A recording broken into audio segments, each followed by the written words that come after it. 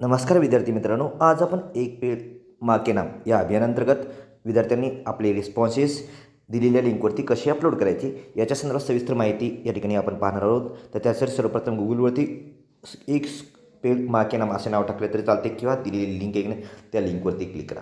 या लिंकवरती क्लिक केल्यानंतर या ठिकाणी बघा स्क्रोल करा. स्क्रोल केल्यानंतर खालती बघा विद्यार्थ्याचं या ठिकाणी फर्स्ट नेम आणि लास्ट नेम म्हणजे नाव आणि आडनाव टाकायचे आहे.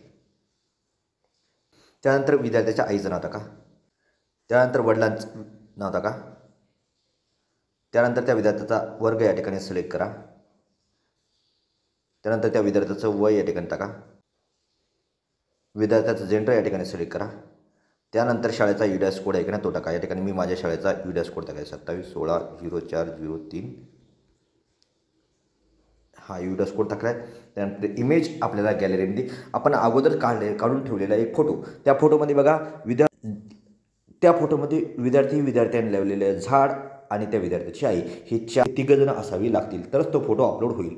त्या ठिकाणी मी चूज फाईलवरती जात आहे आणि बघा ऑलरेडी काढून ठेवलेला फोटो आहे की नाही तो फोटो सिलेक्ट केला आहे.